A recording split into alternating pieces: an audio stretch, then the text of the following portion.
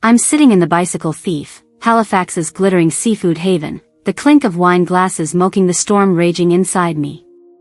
20 years of service, grueling nights in Afghanistan, lives saved by my blood-soaked hands, obliterated in one vicious moment. My brother snatches my Canadian Forces decoration, the medal forged in sacrifice, and scoffs, "What's this junk worth? A down payment on a Tesla?" His smirk cuts deeper than shrapnel. My mother's laugh, sharp, venomous, slices through the air. "He's right, darling. Men build empires, you just collect trinkets." My father stares at his cod, his silence a betrayal sharper than any knife. My heart doesn't break, it explodes, 1,000 shards of agony tearing through my soul. They see a broken woman, a footnote in their story. They're dead wrong. I'm Major Claire Tremblay.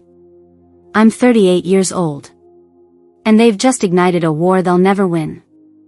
The Bicycle Thief buzzed with the hum of Halifax's elite, their laughter mingling with the clink of cutlery and the faint tang of salt air from the harbor. I sat there, Major Claire Tremblay, in my crisp Canadian Forces uniform, the weight of my medals pinned to my chest like anchors holding me to a life of duty. For 18 months, I'd been in Afghanistan, coordinating intelligence in Kandahar's dust-choked war zones, making split-second calls that saved hundreds of soldiers' lives. Every decision was a tightrope walk over a pit of chaos, 3 a.m. briefings, encrypted cables, the faces of young troops who trusted my intel to bring them home. Now, 38 years old, I was back in Nova Scotia, expecting a hero's welcome, or at least a flicker of pride from my family. Instead, I was a ghost at my own homecoming, invisible under the glittering chandelier of this waterfront restaurant. My mother, Margaret MacDonald, held court at our table, her perfectly manicured nails tapping the linen cloth. A Halifax socialite, she lived for the spotlight, her voice a polished lilt that carried across the room. "Oh, my Ethan," she gushed, loud enough for nearby tables to turn, "he's just finished this incredible officer's course with the forces. A logistics genius, practically running the entire 2nd Battalion." Ethan, my 29-year-old brother, leaned back in his chair, a smug grin curling his lips as he sipped a craft beer from Propeller Brewing. His course was standard, a basic step for any junior lieutenant, nothing extraordinary. But in Margaret's narrative, he was Halifax's answer to General Rick Hillier. "Isn't he something?" she added, her eyes gleaming with a pride that never once landed on me. My father, Douglas MacDonald, a retired accountant from Dartmouth, played his usual role, the silent bystander. His fork scraped his plate of Atlantic cod, each cut deliberate, as if carving numbers into a ledger could erase the tension. He hadn't asked about Kandahar, not about the sleepless nights or the weight of lives on my shoulders. His silence wasn't neutrality, it was surrender, a nod to Margaret's reign. I scanned their faces, searching for a trace of the family I'd fought for, the one I'd carried in my heart through desert heat and mortar fire. Nothing. The harbor lights outside sparkled like a cruel joke, their beauty mocking the ugliness at our table. "So, Claire," Ethan said, his tone dripping with mockery, "you just sit in an office all day, right? Pushing papers while real soldiers do the work?" Margaret chuckled, patting his arm. "Now, Ethan, be kind. She does her part." My chest tightened, a coil of rage and grief winding tighter with every word. I'd faced Taliban ambushes, but this casual cruelty from my own blood, cut deeper. They didn't see the soldier who'd stared down chaos. They saw a spinster, a prop to prop up Ethan's ego. The pain wasn't just betrayal, it was erasure, a lifetime of my sacrifices reduced to a punchline over a $40 plate of fish. But beneath the hurt, a spark flickered, an ember of defiance forged in the sands of Afghanistan. They thought they knew me. They were about to learn how wrong they were. The sting of my family's betrayal at the Bicycle Thief wasn't new, it was a wound reopened, a scar torn raw from years of being erased. As I sat there, the harbor lights fading into the Halifax night, my mind slipped back to the moments that had carved this pain into my bones. The first cut came when I was 16, standing in the gymnasium of Citadel High School, the air thick with the scent of polished wood and nervous anticipation. I'd spent weeks building a solar energy model for the Nova Scotia Science Fair, a sleek prototype that hummed with potential. It won first place, a blue ribbon pinned to my chest, my heart pounding with pride. The principal called me to the stage, his voice booming. "Who's the genius behind this masterpiece?" I stepped forward, ready to claim my moment, but Margaret's hand shot out, pulling Ethan, just 10 years old, to her side. "My Ethan inspired her," she announced, her smile dazzling the crowd. "He's always tinkering with gadgets at home." Ethan, clutching a juice box, shrugged with a grin, oblivious to the theft. The crowd applauded, their cheers a knife twisting in my gut. I stood frozen, the ribbons suddenly heavy, my victory hollowed out. Margaret's eyes met mine, not with guilt, but with a smug certainty that my achievements were hers to redistribute. I was a shadow, my light snuffed out to make Ethan shine. Years later, the wound deepened. In 2004, Nova Scotia was battered by a brutal blizzard, a whiteout that buried Halifax under 2 meters of snow. I was 19, a cadet at the Royal Military College in Kingston, scraping by on a $1,200 monthly stipend. When Margaret called, her voice trembling, saying the family home in Dartmouth had lost its roof, I didn't hesitate. I wired $3,000, every cent I'd saved from late-night study sessions and polishing boots, to help rebuild. Douglas promised to honor both his children, saying, "We'll lay a stone in the walkway for you and Ethan, a tribute to our family's pride." My heart swelled, imagining my name etched beside my brother's, a rare nod to my place in the MacDonald legacy. But when I returned that spring, the stone in the front yard gleamed with only one name, Ethan MacDonald. I stared at it, the cold seeping through my boots, my breath catching in the crisp air. "A son's name lasts," Douglas muttered, avoiding my gaze, his hands fidgeting with his scarf. "It's about the family line, Claire. You understand." I didn't. The snow might have melted, but a deeper chill settled in my chest, a storm of resentment that would rage for years. Amid those jagged memories, one light pierced the darkness. My grandfather, Angus Tremblay, a grizzled World War II veteran who'd survived the beaches of Normandy, saw me when no one else did. I was 14, sitting on the porch of his Dartmouth cottage, the air heavy with the scent of cedar and his pipe tobacco. I'd just lost a soccer championship, my team crushed after I missed a penalty shot. Ethan, only 8, had cheered louder for his own imaginary goals in the backyard. Margaret had patted his head, saying, "You'll be a star, Ethan." I was invisible, my failure a footnote. Angus sat beside me, his weathered hand pointing to the Nova Scotia sky, where the northern lights flickered faintly. "Claire," he said, his voice a low, gravelly rumble, "you're carved from those lights up there. Don't let their shadows dim your glow. You're stronger than they'll ever know." His words were a lifeline, a secret strength I carried through the lonely barracks of Kingston, through Kandahar's chaos, through every moment my family tried to erase me. Angus was gone now, buried with full military honors in Camp Hill Cemetery, but his voice lingered, a beacon in the dark. Back in the restaurant, the clatter of plates snapped me to the present. Margaret's laughter still echoed, Ethan's smirk still burned, and Douglas's silence still stung. Each memory was a fresh wound, proof that their betrayal wasn't a moment but a lifetime. The pain wasn't just personal, it was systemic, a family built on stealing my light to fuel Ethan's. But Angus's words stirred something fierce within me, a fire hotter than the rage in my veins. I wasn't just a soldier who'd survived war. I was a woman forged in starlight, ready to reclaim my sky. They thought they'd broken me. They were about to face the storm I'd become. The echoes of Margaret's laughter and Ethan's smirk at the bicycle thief lingered like a bruise, but they were only the surface of a deeper wound. Back in my temporary apartment at Fort Frontenac, the Halifax skyline glittering beyond my window, I sat alone, the weight of my family's betrayal heavier than the rucksack I'd carried through Kandahar's deserts. The pain wasn't just their dismissal of my Canadian Forces decoration, it was the dawning realization that their cruelty was no accident, it was a calculated campaign. My military training kicked in, a reflex to seek truth amid chaos. I opened my laptop, the screen's glow casting harsh shadows across the room, and began digging, driven by a fury that burned hotter than any Afghan sun. What I uncovered wasn't just betrayal, it was a conspiracy that turned my sacrifices into their profit, my honor into their weapon. I started with a GoFundMe page I'd never heard of, Ethan McDonald Enterprises, a brazen scam aiming to raise $75,000. The banner image stopped my heart, a photo of me, in full dress uniform, shaking hands with General Christine Whitecross at a promotion ceremony in Ottawa. My name, my rank, my years of service were plastered across the page, a glittering lie to lend credibility to Ethan's so-called consulting firm. The description was a masterclass in deception, supporting our family's hero, Major Claire Tremblay. Through her financial struggles, Ethan steps up to secure our future. Financial struggles?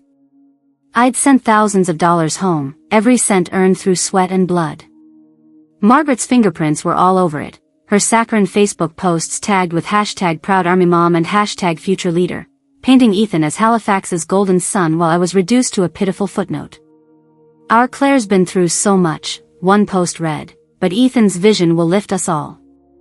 The audacity was breathtaking. They'd turned my life into their marketing campaign. My blood ran cold as I dug deeper, accessing our family's joint bank account, one I'd contributed to for 2 decades, believing it was a safety net for us all. It wasn't. It was Ethan's personal vault. Bank statements revealed $15,000 siphoned off in 2023, labeled as emergency home repairs, but funneled into a down payment for a Tesla Model 3 registered to Ethan McDonald. Another $30,000, my combat pay from a high-risk mission in 2022, had vanished in small, careful withdrawals, each just under $10,000 to avoid scrutiny. Cross-referencing public records, I found a lease for a $4,000 a month penthouse in Halifax's South End, Ethan's name scrawled on the dotted line. My brother, who always pleaded poverty, was living like a king on my dime. "Claire, I'm just a bit short this month," he'd whined last year, his voice all charm over the phone. I'd believed him, wiring $2,000 without question. Now I saw the truth, every dollar was a brick in his palace of lies. The final blow came when I called my Aunt Fiona McDonald, Margaret's older sister, who lived in Truro, an hour's drive from Halifax.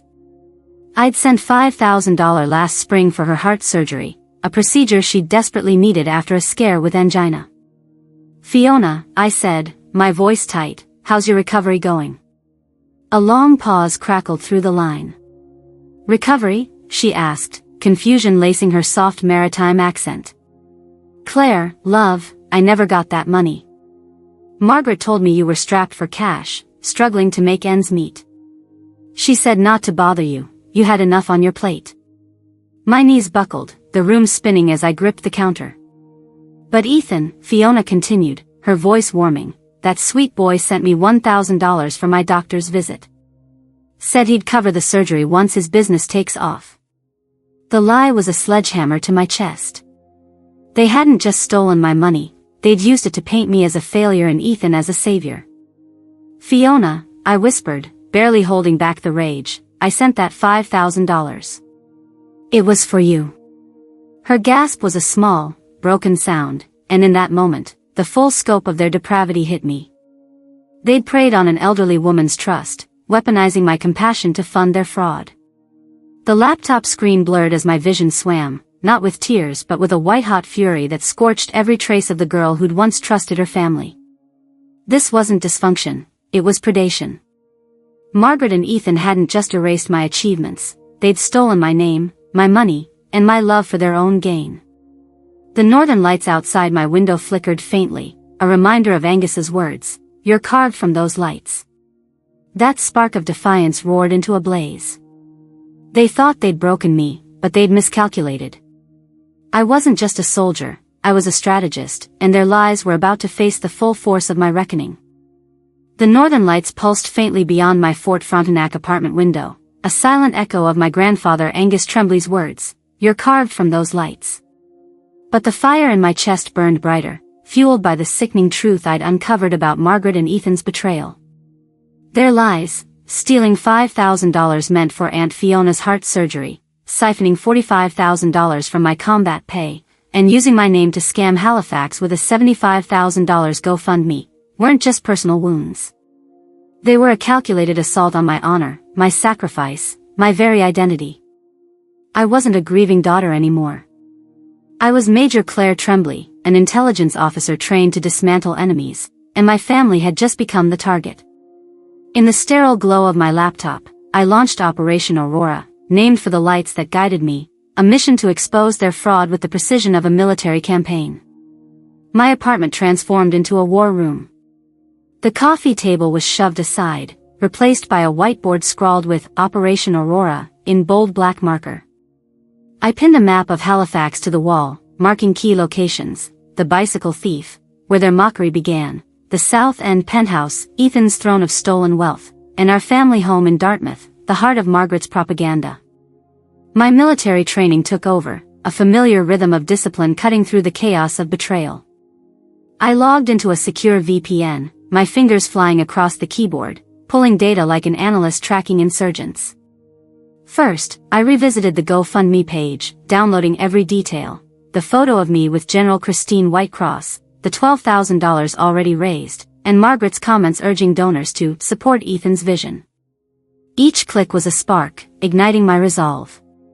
"You used my name," I muttered to the empty room, my voice low and venomous. "You'll pay for that." The joint bank account was my next target. I'd trusted it as a family safety net, contributing $2,000 monthly for 20 years, believing it secured our future. The truth was uglier. I printed statements, the pages piling up like evidence in a court-martial. A $15,000 withdrawal in April 2023, labeled roof repairs, matched a Tesla Model 3 purchase receipt from Steel Auto Group in Halifax, registered to Ethan McDonald. Another $30,000, my 2022 combat bonus, had been drained in 18 withdrawals of $1,666, each carefully below the $10,000 reporting threshold. I cross-referenced public records, my heart pounding as I uncovered a lease for a $4,000 a month penthouse at the Roy Building in Halifax's South End. Ethan's signature smirked up at me from the document. "Just a bit short, Claire," he'd lied last summer, his voice all charm over the phone.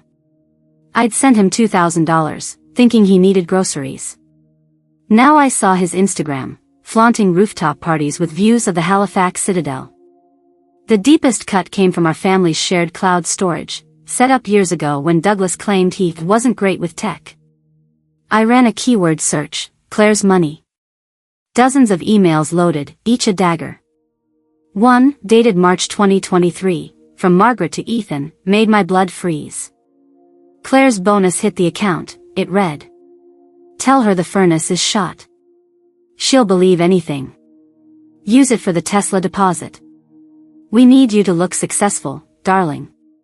I printed it, the paper warm in my hands, a tangible piece of their conspiracy. Another email, from Ethan to Margaret, bragged, "Got the penthouse lease. Claire's cash is the gift that keeps on giving."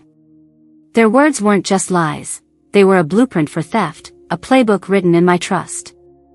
I organized the evidence in a black binder, each page labeled with a Brother P touch, the click of the printer a steady drumbeat of justice. The total, $95,000 stolen, a sum that screamed grand larceny. I called Aunt Fiona again, needing to confirm one last detail. "Fiona," I said, my voice steady despite the storm inside, "did Margaret ever mention my financial struggles?" Her sigh was heavy, tinged with pity. "Oh, Claire, she told everyone at the Truro Legion you were barely getting by." Said Ethan was stepping up to save the family.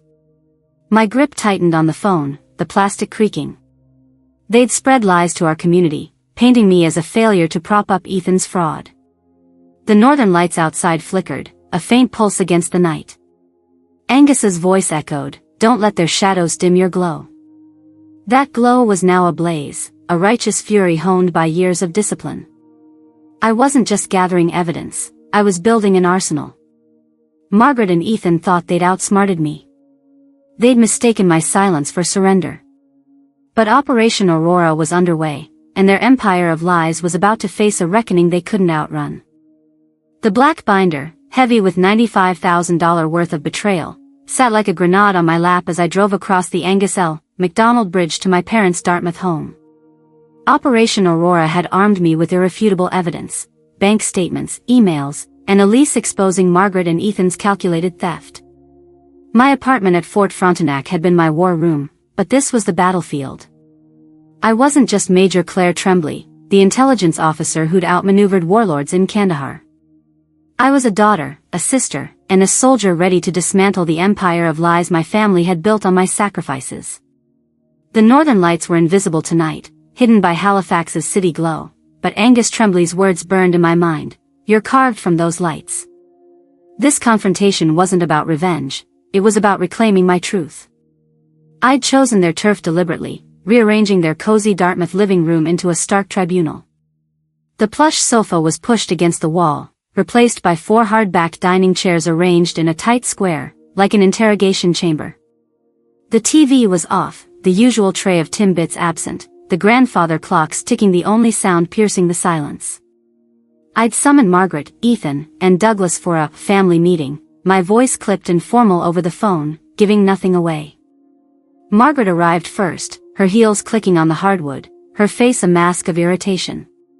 "Claire, what's this nonsense?" she snapped, crossing her arms. "You're acting like we're in a courtroom." Ethan slouched in next, his eyes glued to his phone, projecting boredom as if I were wasting his precious time. Douglas shuffled in last, his gaze fixed on the floor, avoiding the tension like he always did. They expected a lecture, a tantrum they could dismiss. They had no idea they were walking into a reckoning. I stood, the black binder in my hands, its weight grounding me. "We're here to audit a series of fraudulent financial activities totaling $95,000, I said, my voice cold as a Nova Scotia winter, each word honed like a blade. Margaret's eyes narrowed, but I didn't pause. Item 1, a $15,000 withdrawal, April 2023, labeled roof repairs, transferred to Steel Auto Group for a Tesla Model 3, registered to Ethan McDonald. I slid the bank statement across the table, the paper hissing against the wood. Ethan's thumbs froze on his phone, his face paling. Item 2, $30,000 from my 2022 combat bonus, siphoned through 18 withdrawals to fund, among other things, a $4,000 a month penthouse at the Roy Building. I tossed the lease document down, Ethan's signature glaring up at him. "Hard work pays off, right, Ethan?" I quoted his Instagram caption, my voice dripping with venom. Ethan exploded, leaping to his feet. "This is insane, Claire. You're making this up, you jealous," his words choked off as the doorbell rang, a sharp chime cutting through his rant. "Douglas, get the door," I said, my tone unyielding. He hesitated, then obeyed, revealing Major Nathan Brooks in his immaculate Class A uniform, his cap tucked under his arm. Nathan, Ethan's commanding officer, stepped inside, his presence turning the room into a courtroom. Ethan sank back into his chair, his bravado evaporating, his face a mask of panic. Margaret's lips tightened, her usual charm faltering. "Major Tremblay," Nathan said, nodding to me with respect that stung like a balm on my wounds. He stood at parade rest, a silent sentinel in the corner, his eyes fixed on Ethan with cold disapproval. I opened the binder's final tab. Item 3, $5,000 sent for Aunt Fiona's heart surgery, intercepted by you, Margaret. You told her I was broke, struggling, while Ethan played the hero with $1,000 of my money. I slid the email across, Margaret's words, "She'll believe anything," burning on the page. Douglas flinched, his shoulders slumping as if struck. Margaret's eyes flashed, her voice a hiss. "How dare you, Claire? After all we've done, you drag us through this in front of a stranger?" I held up a hand, silencing her. "This isn't a negotiation," I said, my voice steel. "You'll sign a promissory note for $95,000. You'll call Fiona and apologize, wiring her $5,000 plus interest today. Ethan, you'll shut down your GoFundMe and delete every lie about your business. As for your career, Major Brooks will handle that." I turned to Nathan. Under Article 129 of the National Defense Act, would defrauding a family member and leveraging a sham business constitute conduct unbecoming an officer? Nathan's nod was curt, his silence louder than words. The room froze, the clocks ticking a countdown to their defeat. Ethan buried his face in his hands, his shoulders shaking. Margaret's mask cracked, revealing raw fury. Douglas stared at the floor, his silence no longer neutral but broken. I closed the binder with a final thud. I'm no longer your daughter, your sister. I'm your judge. The northern lights might have been hidden, but my glow was blazing, and their shadows would never dim it again.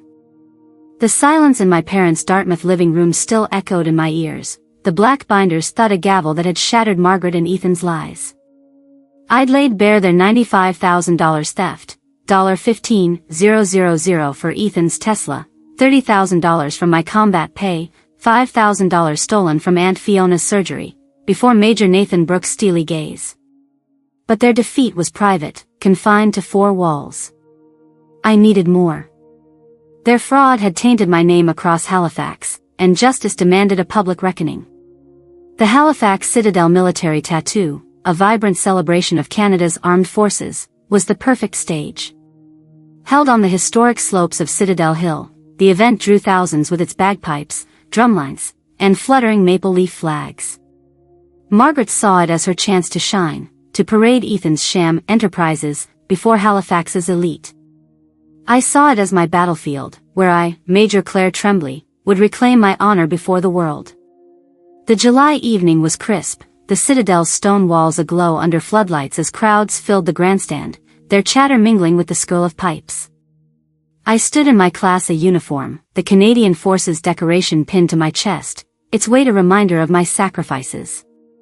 Margaret, dressed in a tailored blazer, worked the crowd near the main stage, her smile as polished as the brass on my epaulets. She clutched a stack of glossy business cards for Ethan McDonald Enterprises, each one a lie built on my stolen reputation. Ethan lounged nearby, smirking in a tailored suit, basking in the attention of local business owners from the Halifax Chamber of Commerce. Douglas trailed behind, his eyes darting nervously, his silence a familiar retreat. Margaret spotted me and seized her moment, her grip like a vice as she pulled me toward the stage. "Everyone," she called, her voice ringing over the crowd, "meet my daughter, Major Claire Tremblay, a true Canadian hero who fully supports her brother's visionary business." The crowd clapped, their applause a wave crashing against my resolve. My blood boiled, the northern lights' faint glow on the horizon urging me forward. I stepped to the microphone, the binder tucked under my arm like a loaded weapon. "Thank you, Halifax," I began, my voice steady but laced with a fury that could melt steel. "But there's a truth you need to hear." The crowd hushed, sensing the shift. I opened the binder, holding up a printed screenshot of the GoFundMe page, projected on the massive screen behind me. "This is Ethan McDonald Enterprises, a $75,000 scam using my name, my rank, my service to deceive you." Gasps rippled through the audience. I flipped to the bank statements. "Here's $15,000, stolen from our family account for Ethan's Tesla. Here's $30,000, my combat pay, funding his $4,000 a month penthouse in South End." I held up the damning email, Margaret's words blazing, "Tell her the furnace is shot. She'll believe anything." Ethan's face drained of color, his suit suddenly too big for his shrinking frame.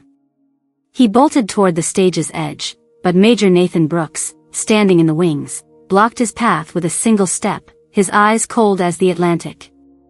"Sit down, Lieutenant," Nathan barked, his voice carrying the weight of command. Ethan froze, his legs buckling as he sank into a chair. Margaret's smile vanished, her eyes darting like a cornered animal. "Claire, how could you?" she shrieked, her voice cracking with desperation. "You're humiliating your family in front of Halifax." I didn't flinch. "You humiliated yourselves," I said, my words slicing through the air. "You stole $5,000 meant for Aunt Fiona's heart surgery, lied to our community, and used my honor as your shield."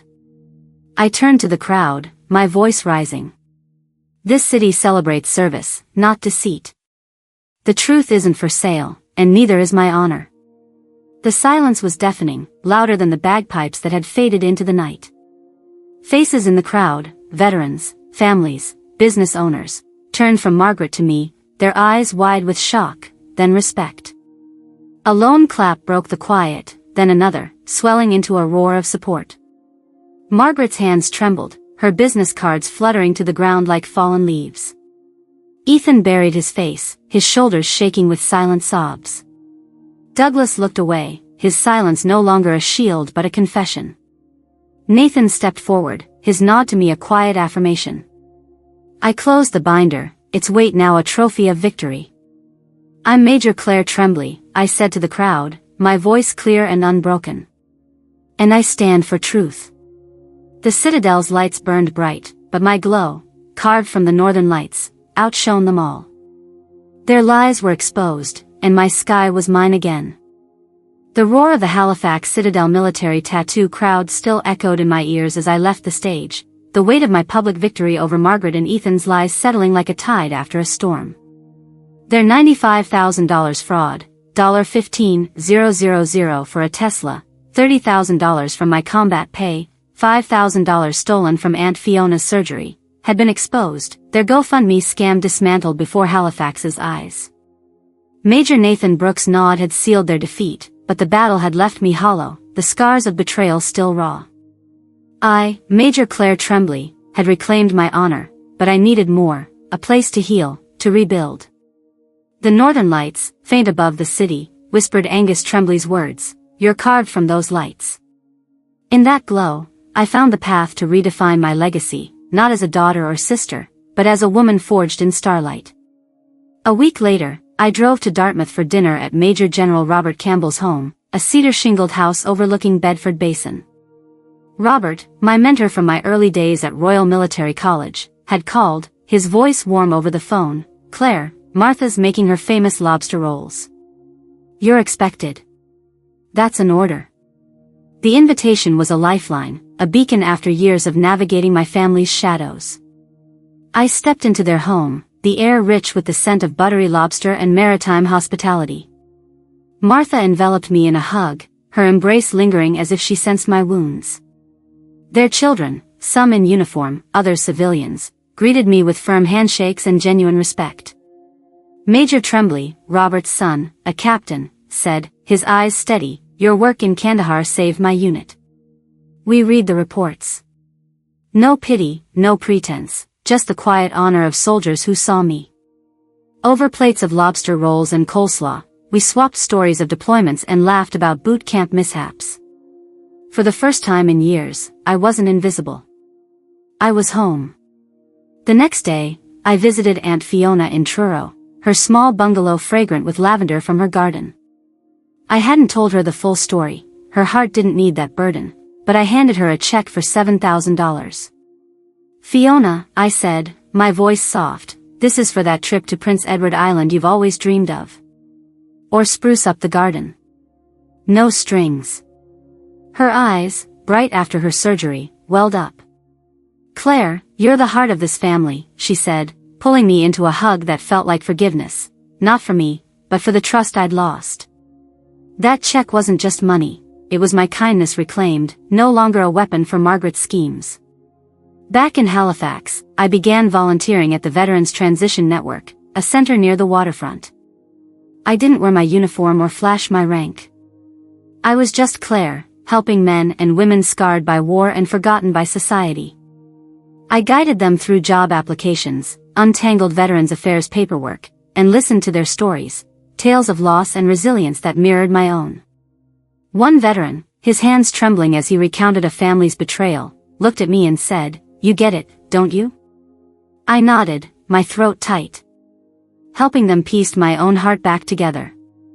One evening, I drove to Crystal Crescent Beach, the Atlantic stretching vast before me. I kicked off my shoes, the cool sand grounding me as the northern lights shimmered faintly above.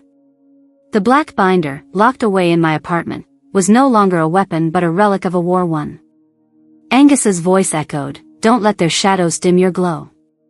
My sky was clear now, carved from the northern lights, and I was free, not just a soldier, but a woman who'd reclaimed her light. The northern lights danced faintly above Crystal Crescent Beach, their soft glow a quiet promise that my sky was finally clear. I, Major Claire Tremblay, had faced the storm of my family's betrayal, Margaret and Ethan's $95,000 theft, their lies that tarnished my name across Halifax, their audacity to steal from Aunt Fiona's heart surgery.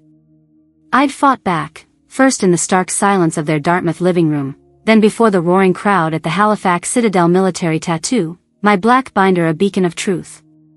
But standing here, with the Atlantic's waves whispering against the shore, I realized victory wasn't just exposing their deceit. It was finding my light again, carved from the northern lights, as my grandfather Angus Tremblay had promised. This journey taught me lessons I carry like medals, ones I want to share with you. First, protect your worth. Your sacrifices, your strength, they're yours to define, not others to diminish. When Margaret and Ethan tried to erase me, I stood firm, reclaiming my story. You can too. Second, set boundaries, even with those closest to you. Cutting ties with my family wasn't loss, it was liberation. Finally, use your skills to rebuild. My training as an intelligence officer didn't just dismantle their lies, it helped me guide veterans at the Halifax waterfront, giving them hope as they gave me healing. Your strengths, whatever they are, can light the way forward. If my story resonates with you, know this, you're not invisible. Your pain, your courage, your glow, they're real, even if others refuse to see. Share your story in the comments below. Tell us about the battles you've fought, the lights you've reclaimed. Your voice matters. If you believe in stories of resilience, give this video a like and hit that subscribe button for true North courage. Let's build a community where no one's light is dimmed. I'm Major Claire Tremblay, and my sky is clear. Yours can be too.